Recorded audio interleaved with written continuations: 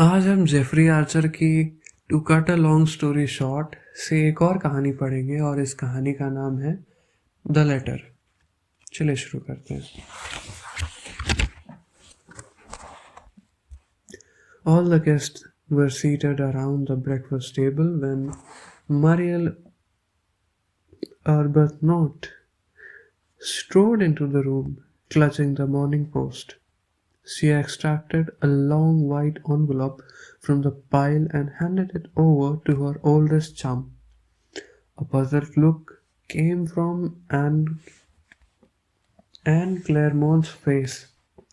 Who could possibly know that she was spending the weekend with Arbuthnot's? Then she saw the familiar handwriting and had to smile at his ingenuity.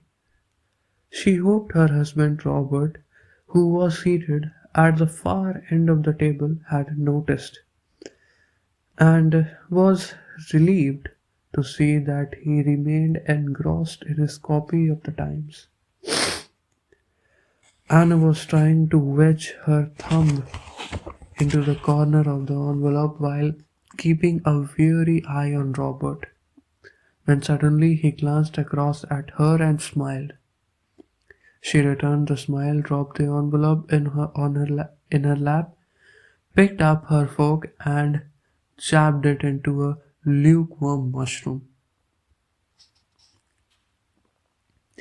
She made no attempt to retrieve the letter until her husband had disappeared back behind his paper.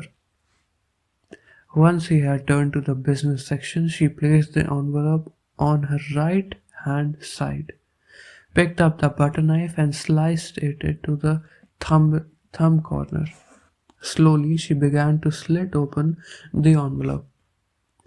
Having completed the task, she returned the knife to its place by the side of the butter dish. Before making her next move, she once again glanced across in the direction of her husband to check that he was still hidden behind his newspaper. He was.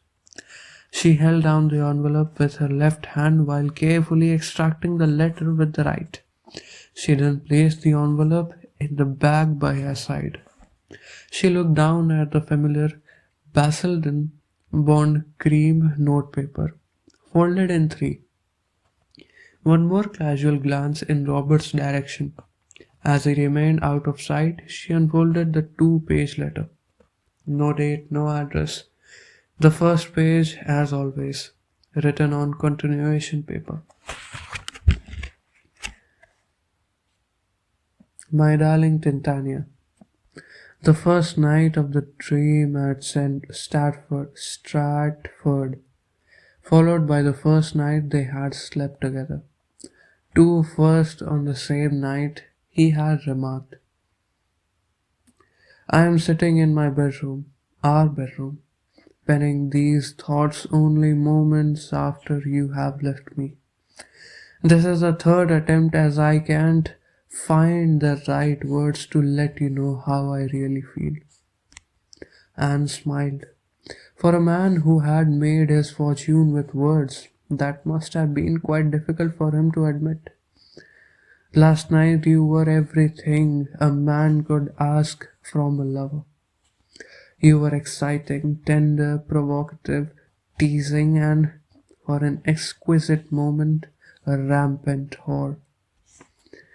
It's been over a year since we met at the Selvins dinner party in Norfolk, and as I have often told you, I wanted you to come back home with me that evening. I lay awake all night imagining you lying next to the prune, and glanced across the table to see that Robert had reached the back page of his paper. And then there was that chance meeting at Glenboard. But it was still to be another 11 days before you were unfaithful for the first time, and then not until the prune was away in Brussels. That night went far too quickly for me. I can't imagine what the prune would have made of it if he had seen you in your maid's outfit. He'd have probably assumed that you always tidied up the drawing room in Lansdale Avenue in a white see-through blouse, no bra, a skin-tight black leather skirt with a zip up front, fishnet stocking and a stiletto heels, not forgetting the shocking pink lipstick. Anne looked up once again and wondered if she was blushing. If he had already, if he had really enjoyed himself that much, she would have to go on another shopping trip in Soho as soon as she got back to town. She continued to read the letter. My darling, there is no aspect of our love making that I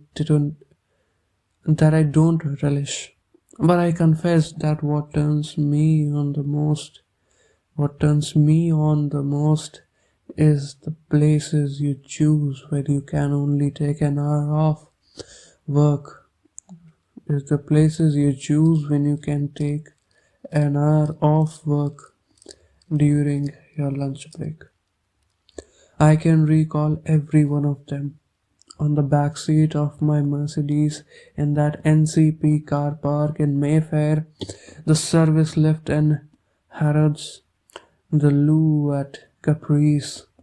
But most exciting of all was that little box in the dress circle at Covent Garden during a performance of Tristan and Isolde.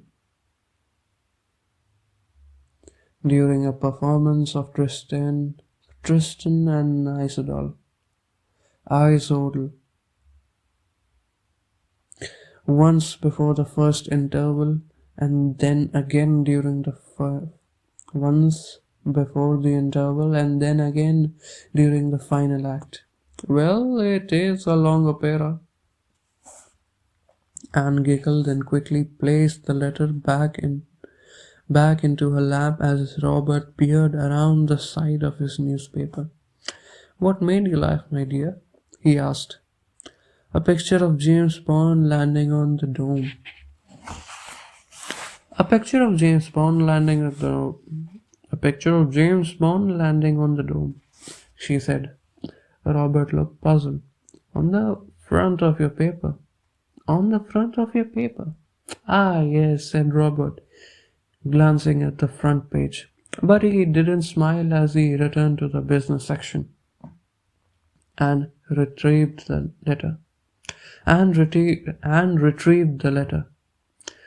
What maddens me most about your spending the weekend with Muriel and Reg Arbuthnot is the thought of you being in the same bed as the prune. I have tried to convince myself that as the Arbuthnot's are related to the royal family, they've probably given you separate bedrooms. Anne nodded, wishing she could tell him he had guessed correctly. And does he really snore like the QE2 coming into Southampton Harbour? I can see him now, sitting on the far side of the breakfast table. Harris tweed jacket, grey trouser, check shirt, wearing an MCC tie, as thought to be fashionable by Hare and Hound circa 1966. This time Anne did burst out laughing. Anne did burst out laughing, and was only rescued by Reg Arbuthnot rising from his end of the table to inquire, Anyone care to make up a 4 for tennis? The weather forecast is predicting that the rain will stop long before the morning's out. "I'll be happy to join you," said Anne, secreting the letter back into the table. "How about you, Robert?" Reach asked. Anne watched as her husband folded up the Times, placed it on the table in front of him, and shook his head. "Oh my God," thought Anne. "He is wearing a tweed jacket and an MCC tie.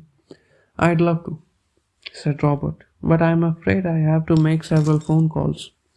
"On a Saturday morning?" said Mariel,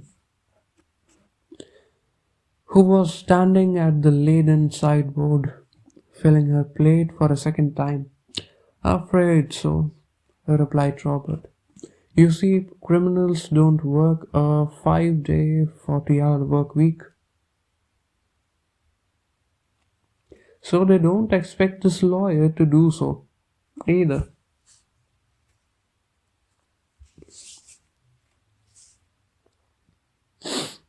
And didn't laugh. And didn't laugh. After all, she had heard him make the same observation every Saturday for the past 7 years. Robert rose from the table, glanced towards his wife, and said, "If you need me, my dear, I'll be in my bedroom." Anne nodded and waited for him to leave the room. She was about to return to her letter when she noticed that Robert had left his glasses on the table. She would take them through to him. She would take them through to him as soon as she had finished the breakfast. She placed the letter on the table in front of her and turned. She placed the letter on the table in front of her and turned to the second page. "Let me tell you what I have planned for our anniversary weekend while the prune is away at his conference in Leeds. I've booked us back into Lygon Arms, so we'll be in the same room in which we spent our first night together. This time I've got tickets for all's well. But I plan a change of atmosphere once we have returned from Stratford to the privacy of our room in Broadway. I want to be tied up to a 4-poster bed with you standing over me in a police sergeant's uniform.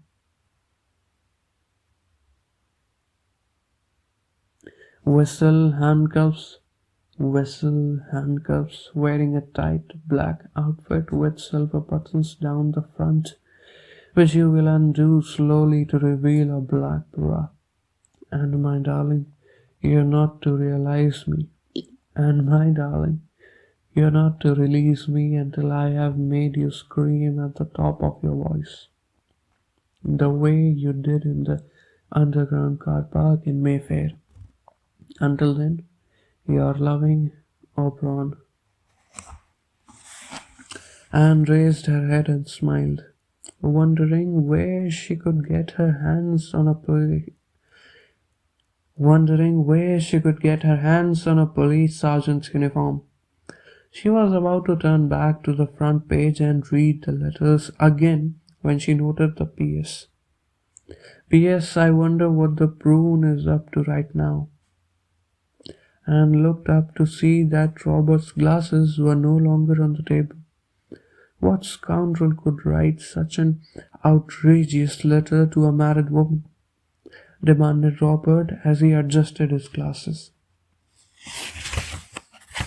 Anne turned, horrified to see her husband standing behind her and staring down at the letter beads of